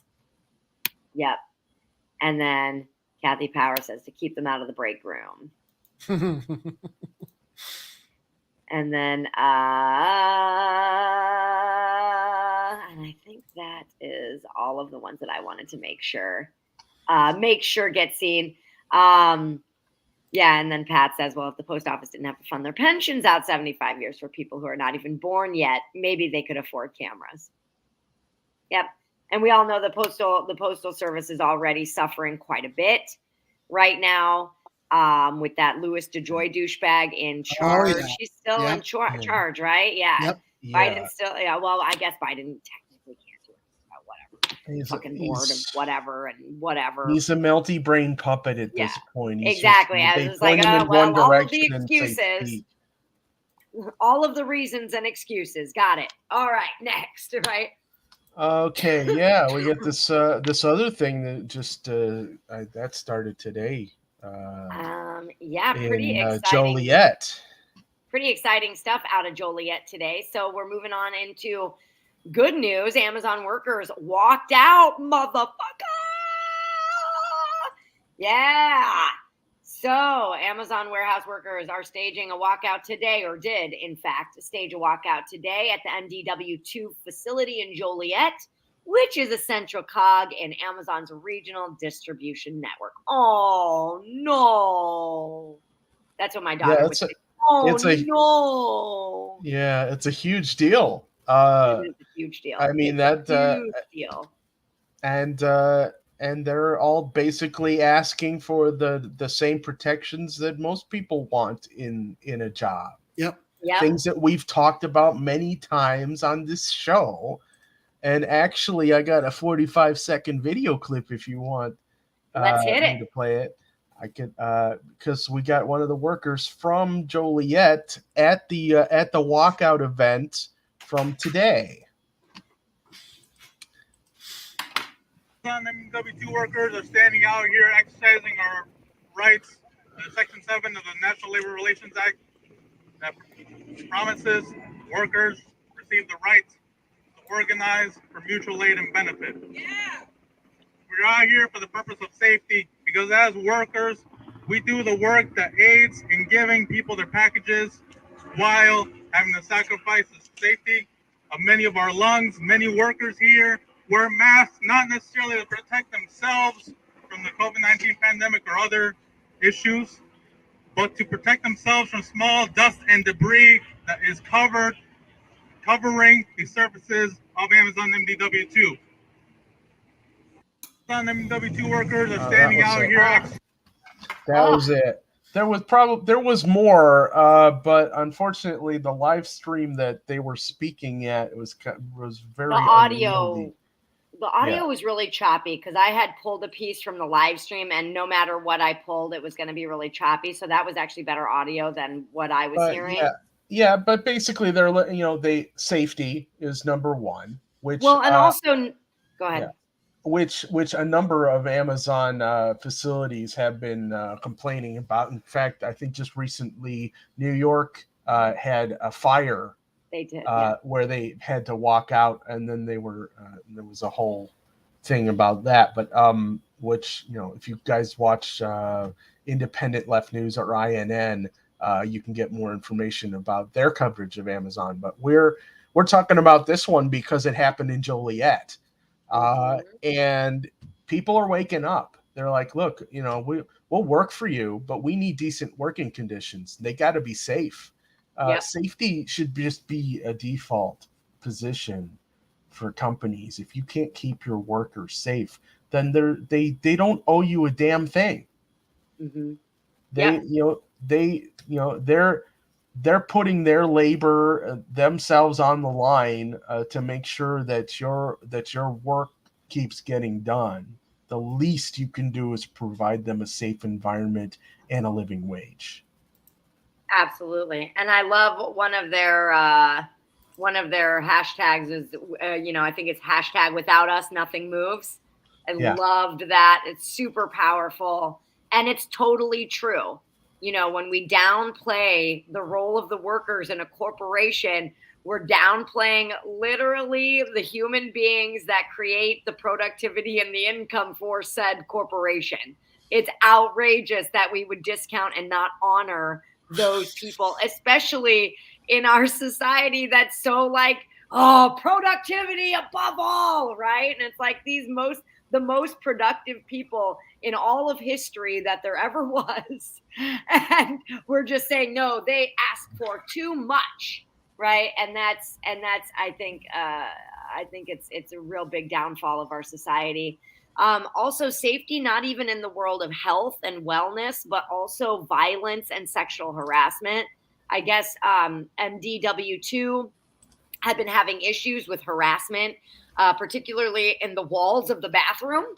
And nothing was being done about it. And it, there was absolutely no repercussions for anybody and no investigation in any of it. And so, if you're feeling scared of the people that you're working with, or you're feeling harassed, and then, like he's pointing to, wearing a mask because of dust particles, and then you're hauling equipment for 9-10 hours a day wearing a mask, that's awful. And all of us now know that because of COVID. These are just not working conditions that I would be willing to go and get paid $18 an hour to go do. And that's how much these folks are getting paid. And they're demanding a base pay rate of $25 an hour, which I think is exactly how much folks ought to be making in our areas. As a minimum, that's a floor, not a ceiling. This is really our opportunity as workers to start making a wage again that will actually support families, will actually, we don't have health care as a country. Like, how the fuck do people pay for that shit on minimum wage or like somewhat above minimum wage? I don't even know. Yeah. So this $25 an hour is the least they could ask for at this point, in my opinion, in the society that we live in now. Let me see if there's anything else about this story that I wanted to make sure. I thought Prime Day was another day of the year, but apparently it's today. I thought Prime Day was. Is it today? I don't know what day it was. I just know a lot of people were calling for people to boycott, especially the ones who are in the unions who are walking out and saying, "Look, we're not going to do this. So we're not going to put up with your Prime Day BS if you can't at least guarantee our safety and a decent wage." Yeah. And I think it's ridiculous that they're not doing that bare minimum. This is where it is, Ed. It's whenever Prime Day is whenever they want to promote it. Yeah. Whenever they want to drive more people That's a great purchasing point, from their Miguel. site. Yeah. Yep, absolutely. And I mean, what Amazon is worth at this point, over $1 trillion. Bezos is one of the richest men there ever was. And these people can't even pay their workers a living wage.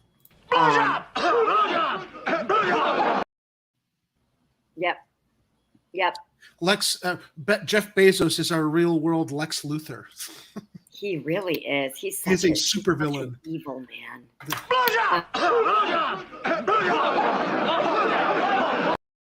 Did I hit that accidentally? Sorry, didn't mean to. Whoops. Let's talk of other actions that took place recently. And in fact, Kathy Powers brought this to my attention. Happened about a week or so ago outside of Harold Washington College on Lake Street between Wabash and State. Dozens of City Colleges of Chicago faculty and professionals circled along the sidewalk on Thursday. They picketed with signs that read "Fair Contract Now" and "City Colleges broken, not broke," as they asked for salary increases that reflect inflation, among other demands. Did we have a video of this one as well?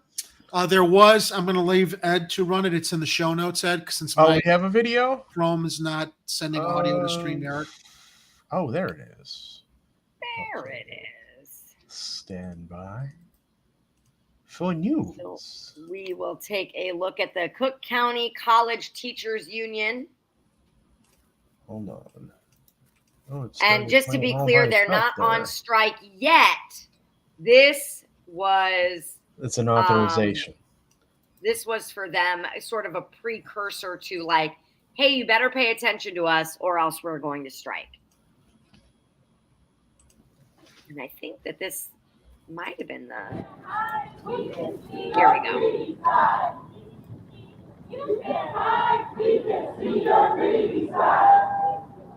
It's a pretty solid turnout here, too.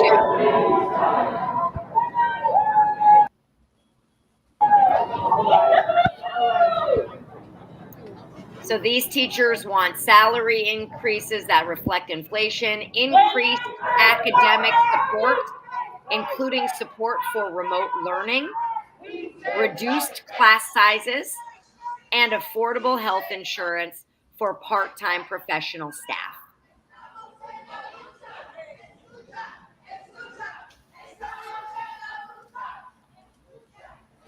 I like the Spanish versions. I like the Spanish version too. Estamos en la lucha. I like it. I like it. Big fan. I love chanting. So, paying attention here.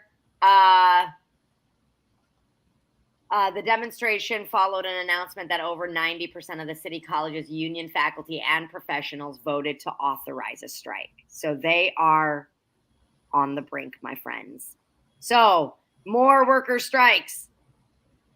And then the last, do you guys have anything that you want to say about the college teachers? City College? No. I was getting your other story up from the Sun Times. Right on. And then there was one other action this weekend that I just wanted to make us aware of, because we have an active city, and 500 Chicagoans took to the streets downtown in solidarity with the National Women's March Organization's Women's Wave, a day of action dedicated to putting pressure on politicians ahead of the midterm elections. Basically saying, if you're anti-choice, you're getting the fuck out. Sorry, right? So sorry, not sorry.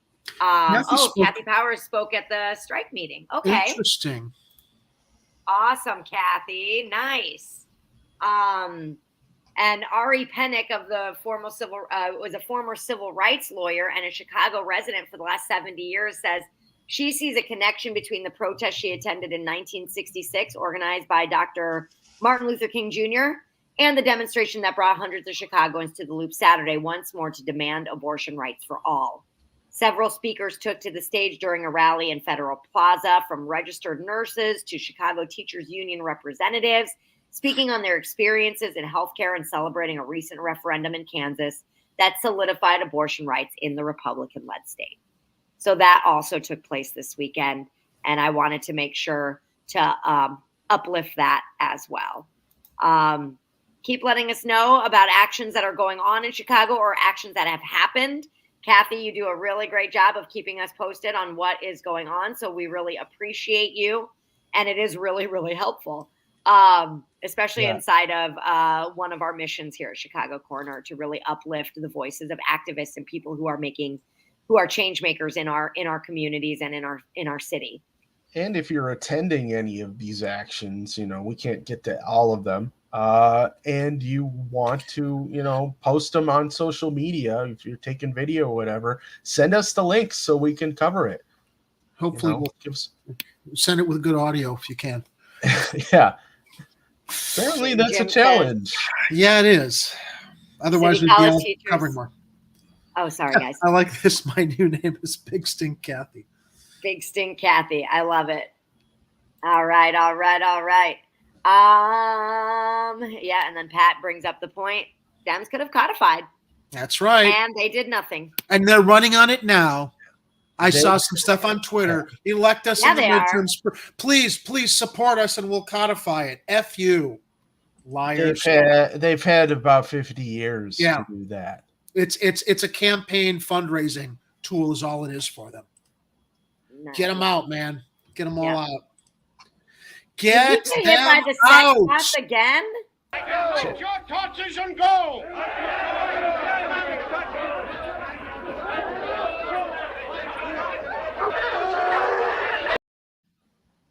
Sex Chat Bot 2022. Everybody, write them in.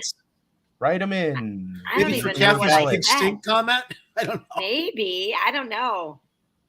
Never mind. I won't say it. I'm not going to say anything more because I almost said something very vile, and now Ed is gone. Just the thinking of it made Ed go away. Are we also sharing this other story that I want to squeeze it in because I think that this story is really important and really good. And you want to talk about this is such a crock of shit. Agreed. This is a total crock of shit, everybody. Let's get into it because we have limited time and it's a super important story. So Memo's Hot Dogs in Pilsen is closed over the weekend due to a dispute with the city over a mural painted on the side of the restaurant. Which it looks like who's the character on the Flintstones? The next door neighbor, Trixie. Is that her name? Betty Rubble. Betty Rubble. Because of a mural that looks like Betty Rubble showing off her ass. No, that's not. That's not it. No, it's that's the not side the of the building. If you scroll down, you'll see it. See, there's that's even less mural. objectionable. There's a not that the other one was.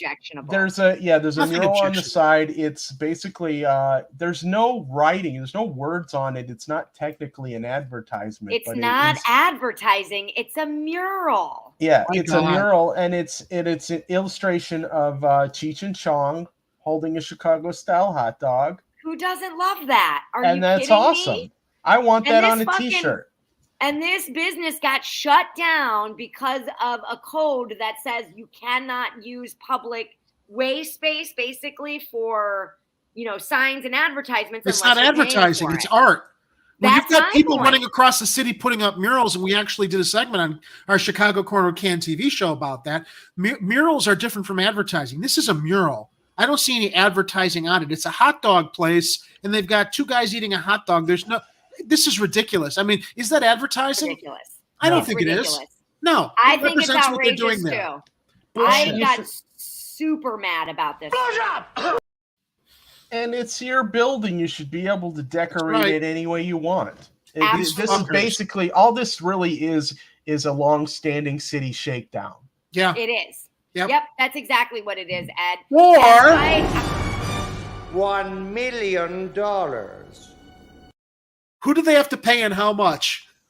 And I mean, and I have, to be fair, I used to have a little bit of a dog in this fight because I wanted to create a mural on the side of my building that I used to have a brick and mortar company business out of. And we couldn't do it because we would have had to pay exorbitant prices to get a beautiful mural on the building, right? So, and I went and looked up the Chicago Mural Resource Guide to see what the parameters of a mural and a sign are. And it says, when developing a mural design, keep in mind that murals containing commercial content will be considered signs, subject to the City of Chicago sign permits, and will not be accepted into the DCASE mural registry. Murals containing a business name, logo, slogan, trademark, social media identifier, or other business identification, including sponsorship, in the mural itself shall be considered a sign and shall be subject to the provisions of the Municipal Code of Chicago regarding sign permits. That mural has none of those things on it. None of them. And so the City of Chicago is essentially taking away the business of this family, motherfuckers, the income, telling them that they owe money for this beautiful mural that I love here. and basically, yeah, it's a shakedown. Absolutely. It's more like, and thank you, Extra Bulla, for a hot dog in this fight. Am I right? Shakedown by the minions of the biggest gangster in the city right now. Lori's going after small businesses in Chicago. What ward is this? This is in Pilsen. I don't know which ward exactly. I think it's on 18th. So some dance studios were told that because Say that again. About it. Earlier in the week, I think the alderman whose ward this is mentioned that things needed to be changed, but I looked that up. And their business, so Block Club Chicago's the business license renewal is tied up because of this. They tried to file for the correct permit, and city officials told them the mural still has to come down. Yep. And it's Alderman Byron Cincho Lopez. Wow. Oh, is it Byron's ward? Wow. Okay. He's urging city officials to work with Memo's owner, saying, okay, well, I would imagine he would. Yeah. Yeah. Well, we should try and get in touch with it and ask him if he's got any updates on this. Yeah. Yeah, this is one hell of a, like, this story lit me on fire. As a small business owner, I already know all of the hoops, and as a small business owner who owned a brick and mortar for, I think, about 10 to 12 years. I can't remember because I moved between 3 different spaces. But it's really hard to survive as a small business. Yeah. And then you have these like added Assholes. extra loopholes. Yeah, and you would think that the organizations who have to deal with licensing and regulating businesses in the city would be able to move a little more swiftly, especially since they're quite aware of how tenuous success is right now with this economy the way it is. And for small businesses, you should be working with these small businesses, not throwing roadblocks in their way. Yeah. Light your torches and go! And Pat says, this type of artwork is the epitome of Pilsen. It's the flavor of the neighborhood. Yeah. Yeah. So what are they going to do? Make them paint over this beautiful mural? Like, are you kidding? Yeah, they're not. I mean, so they're going to wreck artwork on top of fucking over a business. Cool.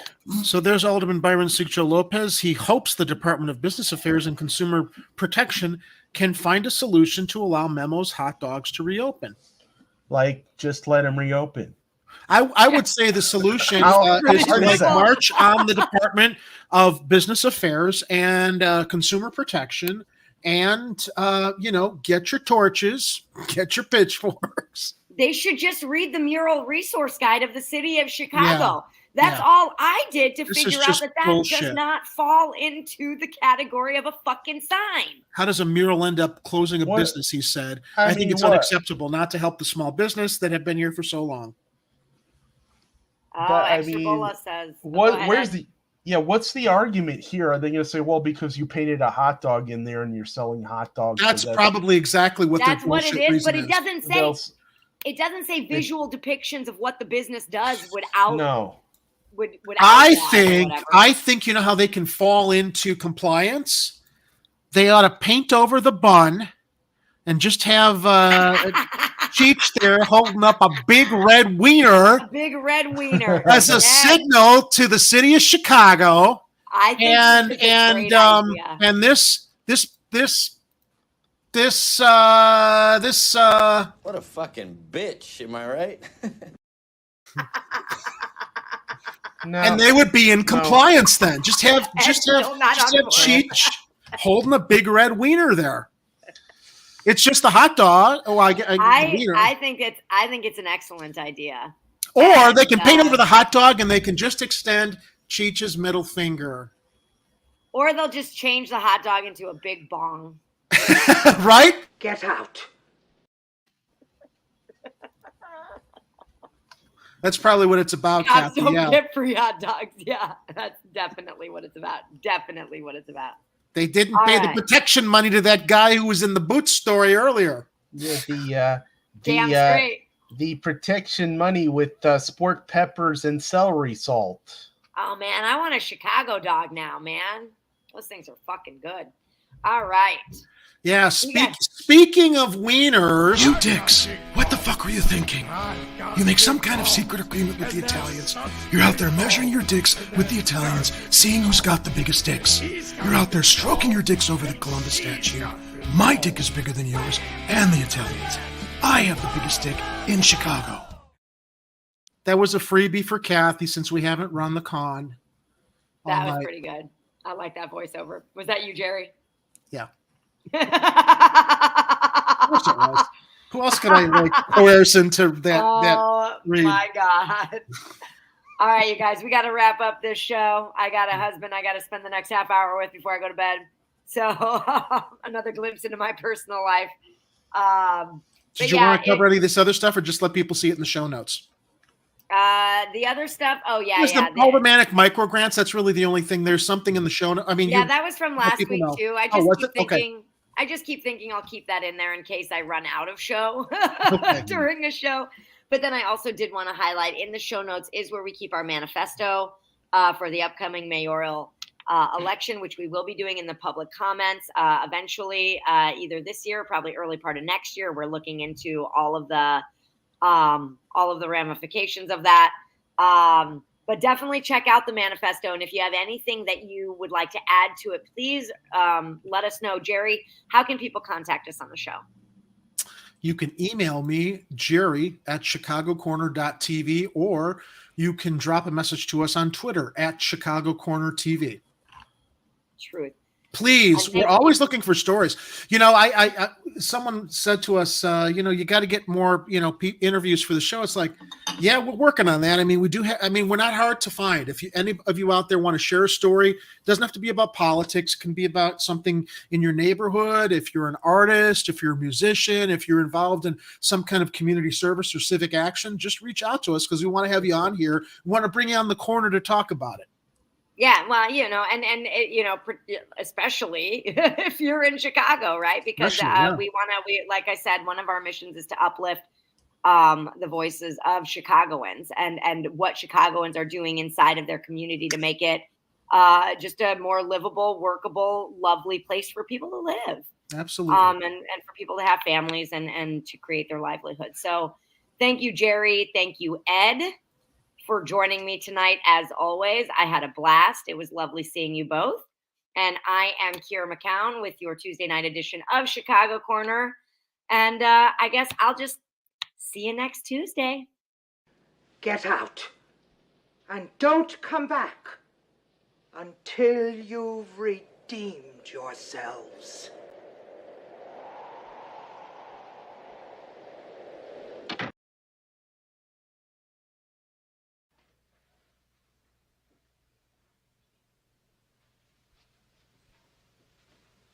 You're still here? It's over. Go home.